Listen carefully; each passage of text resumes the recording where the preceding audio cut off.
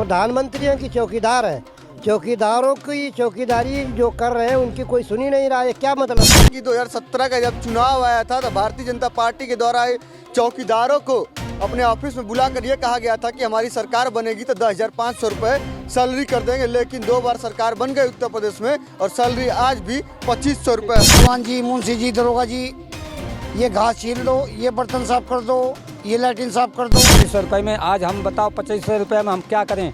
क्या बच्चों को पढ़ाएं, क्या लिखाई करें, क्या मतलब घर को पालन पोषण कर सकें? हम इतने भूखे आगार पर पहुंच गए कि हम 25 रुपये में हम कुछ नहीं कर पाते हैं। हम 24 घंटे करने के बाद भी 83 रुपये मात्र प्रतिदिन पाते हैं। मुख्यमंत्री जी कह रहे थे देश की गुलामी खत्म कर दूंगा, लेकिन आज तक भी अभी चौकीदार गुलामी में फंसे हैं। चौकीदारों को कोई नहीं सुन रहा। 2017 में हमारी भारतीय जनता पार्टी ने ये वादा किया था कि अगर मेरी सरकार बनती है तो आपको चतुश्रेणी का दर्जा देंगे, अगर नहीं बनती है तो हम 10,500 दिलाएंगे। तो महीने का 2500 रुपये वेतन दिया जा रहा है। सोचिए कि एक दिन का मात्र 83 रुपये के लमसम ये वेतन होता है, जो कि एक मजदूर जब बाहर मजदूरी करता है तो वो दिन का 500 रुपये कमाता है, और जो चौकीदार है रात भर गांव की सेवा करता है उसको एक दिन का मात्र 83 रुपये मिलता है। 300 रुपये में ये बताओ, ना बच्चे पढ़ पाएंगे, ना खाना कर पाएगा, ना कहीं मैं जा सकता हूँ, ना किराया भाड़ा जोड़ सकता है। मोदी जी कहते हैं कि हम चौकीदार हैं,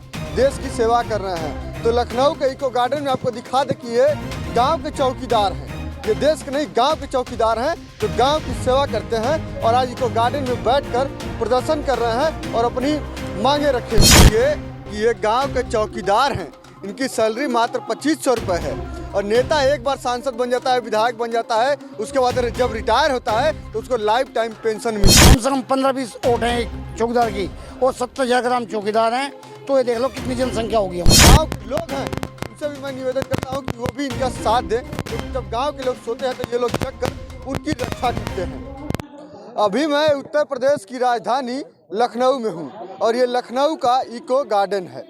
इको गार्डन इसलिए बनाया गया है कि यहाँ पर आकर जनता जो है अपनी आवाज़ को उठा सके, लेकिन यहाँ पर आने के बाद जनता की आवाज़ इसमें दब कर रह जाती है। एक तरफ नरेंद्र मोदी जी कहते हैं कि हम चौकीदार हैं, देश की सेवा कर रहे हैं, तो लखनऊ के इको गार्डन में आपको दिखा दे कि ये गांव के चौकीदार हैं, ये देश के नहीं गांव के चौकीदार हैं जो गांव की सेवा करते हैं और आज इको गार्डन में बैठकर प्रदर्शन कर रहे हैं और अपनी मांगे रखे हुए हैं। इनके साथ भी एक तरह से नाइंसाफ़ी हो रही है। इनको महीने का 2500 रुपये वेतन दिया जा रहा है। सोचिए कि एक दिन का मात्र 83 रुपये के लमसम ये वेतन होता है, जो कि एक मजदूर जब बाहर मजदूरी करता है तो वो दिन का 500 रुपये कमाता है, और जो चौकीदार है रात भर गांव की सेवा करता है उसको एक दिन का मात्र 83 रुपये मिलता है। देखिए इनकी बहुत सारी समस्याएं हैं। ये बहुत सभी लोगों से हम खुद बात करेंगे, सभी बुजुर्ग हैं। ये सोचिए ज़रा कि रात भर जग के काम करते हैं, उसके बाद एक दिन का 83 रुपये मिलता है, तो आज के ज़माने में 83 रुपये में क्या होता होगा? सब्जी तक नहीं आ पाती होगी। और ये लोग देखिए कितने परेशानियों का सामना कर रहे हैं और यहाँ पे बैठे हुए हैं।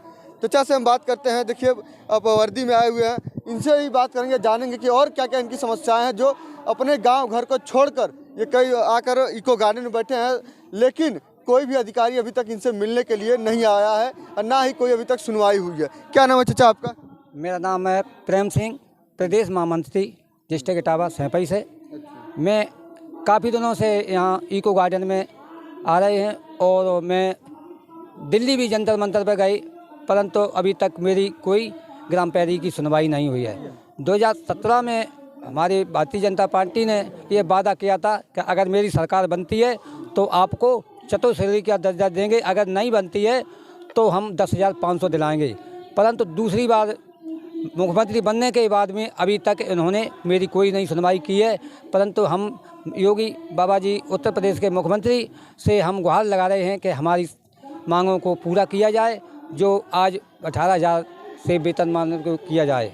ये देखिए कि 2017 का जब चुनाव आया था तो भारतीय जनता पार्टी के द्वारा चौकीदारों को अपने ऑफिस में बुलाकर ये कहा गया था कि हमारी सरकार बनेगी तो 10,500 रुपये सैलरी कर देंगे, लेकिन 2 बार सरकार बन गई उत्तर प्रदेश में और सैलरी आज भी 2500 रुपये है। 2500 रुपये में आज हम बताओ 2500 रुपये में हम क्या करें? क्या बच्चों को पढ़ाएं, क्या लिखाई करें, क्या मतलब घर को पालन पोषण कर सकें? हम इतने भूखे आगार पर पहुंच गए कि हम 2500 रुपये में हम कुछ नहीं कर पाते हैं। क्या बाहर जाएँ, क्या यहाँ जाओ और 24 घंटा में मुझे 300 दिनों में बुला लेते हैं। कहीं कहीं झाड़ू पहुँचा करो थाने में बेगारी से मुक्त हमें दिलाई जाए। जो थाने में सब ग्राम में 70,000 ग्रामीण परिवारों को बहुत मुसीबत में झेलना पड़ रहा है। और मैंने सभी गांव की चौकीदारी भी करते हैं और थाने पे जाके झाड़ू पोछा भी करते हैं, गाड़ी भी साफ करते हैं। सभी काम करने पड़ता है। जब कभी बुलाते कि जो आए तो भाई ये करो वो करो, अगर करते नहीं तो वेतनमान मुझे काट दिया जाता है। लिहाजा मुझे माननीय मुख्यमंत्री योगी आदित्यनाथ से गुहार लगा रहे हैं कि मेरी मांगों को पूरा किया जाए। और जो उत्पीड़न हो रहा है और सफाई कर्मी के जो काम हमारा कर्तव्य है कि गांव को सूचना देना, तो गांव को सूचना तो है नहीं। मेरे गांव के जो थाने में जाएं तो केवल बेगारी के अलावा कुछ काम नहीं है। बस यही काम मेरा है। और मैं हमारे और देखिए बाबा जी भी हैं, बाबा जी आए हैं, इनसे भी बात करते हैं। बाबा जी आप भी चौकीदार हैं? हाँ भैया, मैं भी चौकीदार हूँ। देश के प्रधानमंत्री भी अपने आप को चौकीदार कहते हैं। हाँ, देश के मुख्यमंत्री जो प्रधानमंत्री योगी मोदी जी भी देश के चौकीदार कहते थे। तो ये चौकीदारों की क्यों नहीं सुन रहे हैं? तो ये चौकीदार अपने आप को चौकीदार बताते थे, क्योंकि प्रधानमंत्री हैं कि चौकीदार हैं। चौकीदारों की चौकीदारी जो कर रहे हैं उनकी कोई सुनी नहीं रहा है। क्या मतलब है? हमारा गांव के चौकीदार हैं और हम लोग गांव के भी चौकीदार, थाने के भी चौकीदार हैं।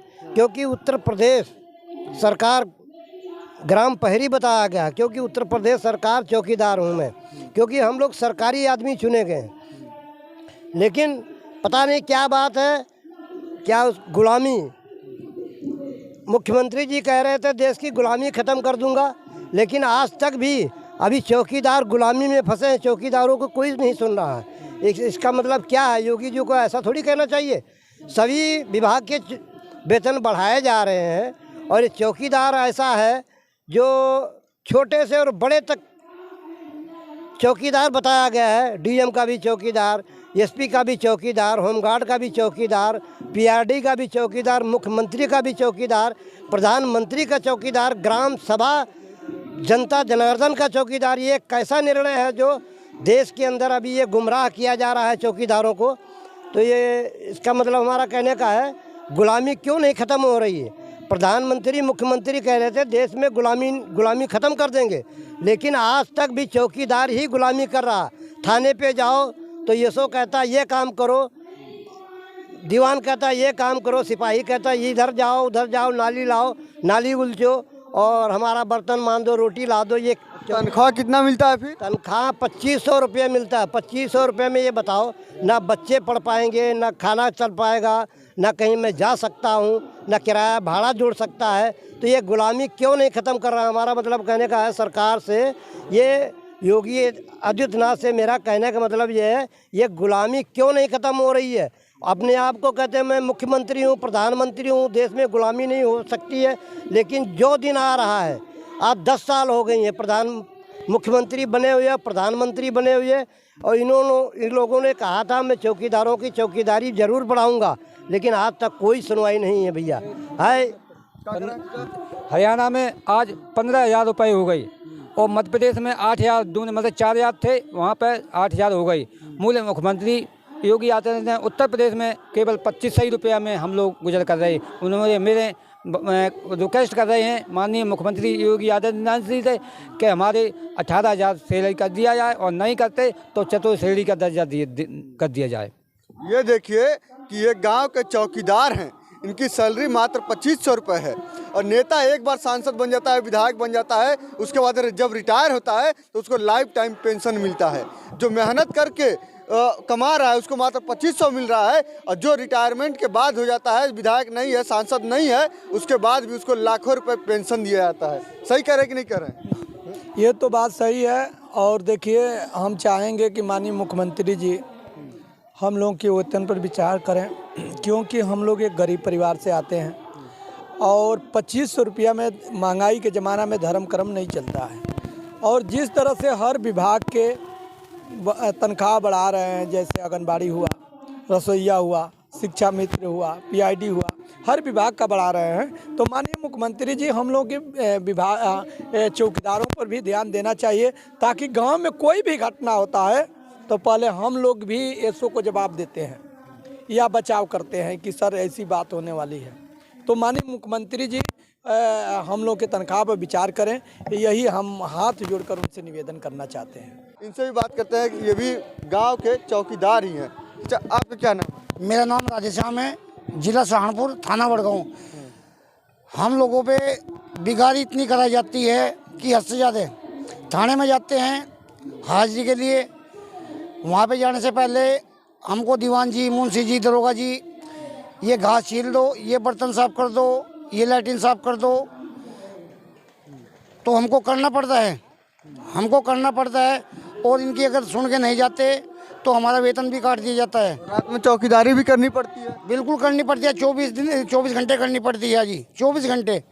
अगर अभी फ़ोन आ गया, अभी जाना पड़ेगा हमको।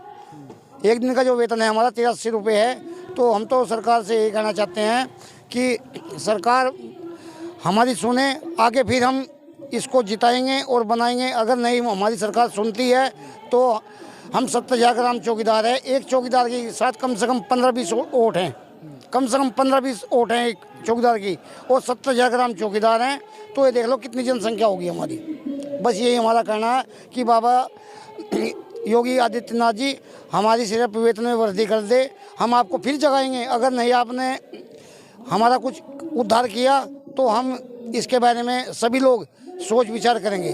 बस यही हमारा कहना है, और कोई बात नहीं। पहले आप लोगों ने जाति के नाम पर वोट दिया था या नेता के नाम पर दिया था? हमने जी नेता के नाम पे वोट दिया था। हाँ, तो उम्मीद थी कि नेताजी काम करेंगे? बिल्कुल करेंगे। आश्वासन दिया था कि हमारी सरकार बनेगी, हम आपको चतुर्श्रेणी का दर्जा भी देंगे और जी 10,500 रुपये भी देंगे आपको। सरकार भी बन के सारे काम हो गए, लेकिन हमारे बारे में कुछ सुनवाई नहीं हुई। आपका क्या नाम है? मेरा नाम राजेंद्र सिंह, थाना चरथावल, जिला मुजफ्फरनगर। मैं उत्तर प्रदेश ग्राम चौकीदार संघ का जिला अध्यक्ष हूँ। मैं आपको अपनी बातों के माध्यम से बताना चाहता हूँ कि हमारे जो मुख्यमंत्री माननीय जब सबसे पहले चुनाव की तैयारी करे तो उन्होंने वादा किया था कि अगर हमारी सरकार बनी तो हम आपको चतुर्श्रेणी का दर्जा देंगे, और अगर हमारी सरकार नहीं बनी तो हमारी केंद्र में सरकार है, आपको 10,500 रुपये मानदेय जरूर देंगे। लेकिन 2 बार मुख्यमंत्री बनने के बाद, दूसरी बार प्रधानमंत्री के बाद बनने के बाद वे हमारी मांग भूल गए। हम उन्हें याद दिलाना चाहते हैं कि हम माननीय मुख्यमंत्री चौकीदार हैं, हम 24 घंटे 30 दिन ड्यूटी करते हैं। गांव में जब पूरा परिवार, पूरा गांव सोता है, हम रात को जागते रहो की आवाज़ लगा पूरे गांव की सुरक्षा करते हैं। जहां अपराधी हाईटेक हो रहा है वह AK-47 और राइफल लिए घूमता है, हम लाठी डंडे से उनका मुकाबला करते हैं और पुलिस प्रशासन की मदद करते हैं। देखिए, हरियाणा में हमारी सरकार, हमारी भाजपा की सरकार है, वहाँ पर चौकीदार का मानदेय 15,000 रुपये है। उसमें बिहार में भी लालू की सरकार, वो उसकी सरकार है नीतीश कुमार की, वो भी भाजपा की सरकार के सहयोग से चल रही है। वहाँ 20,000 से 50,000 तक चौकीदार का मानदेय है, तनख्वाह है। और मध्य प्रदेश में भी 8-9 हज़ार रुपये है। तो हम ये नहीं समझ पा रहे हैं कि सरकार हमारे साथ सौतेला व्यवहार क्यों कर रही है। हम माननीय मुख्यमंत्री को गुहार लगाते हैं कि हमारे भी बच्चे हैं। एक आम मजदूर 500 रुपये रोज दिहाड़ी कमाता है, जो कि दिन में कमाकर शाम को आराम से सोता है। हम 24 घंटे करने के बाद भी 83 रुपये मात्र प्रतिदिन पाते हैं। हम माननीय मुख्यमंत्री से प्रार्थना करते हैं कि अगर हम झूठ बोल रहे हों तो कि समिति से हमारी जांच कराएं और हमें भी जीवन यापन करने का पूरा अधिकार दें। और अगर अंग्रेजी जमाने से जो हम शोषित होते आ रहे हैं, हमें भी शोषण से मुक्त करें। जय हिंद, जय भारत। देखिए, सभी लोग चौकीदार हैं, कहते हैं ना, चौकीदार गांव की सेवा करते हैं। प्रधानमंत्री जी खुद भी कहते हैं कि हम चौकीदार हैं। अब देखिए, सभी चौकीदार कितना परेशान है। मात्र 83 रुपये इनको एक दिन का मिलता है। एक दिन में 83 रुपये में कैसे इनका गुजारा चलेगा? इसके लिए सरकार को सोचना चाहिए। जो तमाम नेता हैं उनको भी सोचना चाहिए, उनको भी आगे आकर ऐसे चौकीदारों की आवाज़ को उठानी चाहिए। जो गांव के लोग हैं उनसे भी मैं निवेदन करता हूं कि वो भी इनका साथ दें, क्योंकि जब गांव के लोग सोते हैं तो ये लोग जग कर उनकी रक्षा करते हैं।